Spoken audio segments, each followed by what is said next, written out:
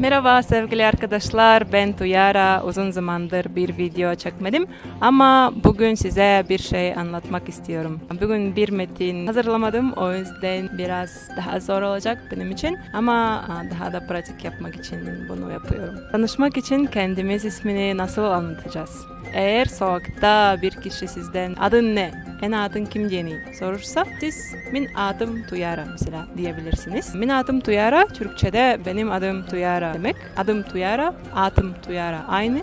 Ama min biraz farklı çünkü biz minim demiyoruz ya. Çünkü min ben demek. Minden sonra adım geliyor. Adım gösteriyor ki benim olduğunu.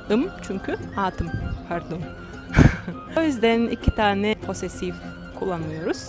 O yüzden min adım Tuyara. Çok kolay Türkler için sanırım. Umarım ilginç oldu. Daha sonra daha videolar yapacağım tanışmak için. Çok teşekkür ederim. Hoşça kalın.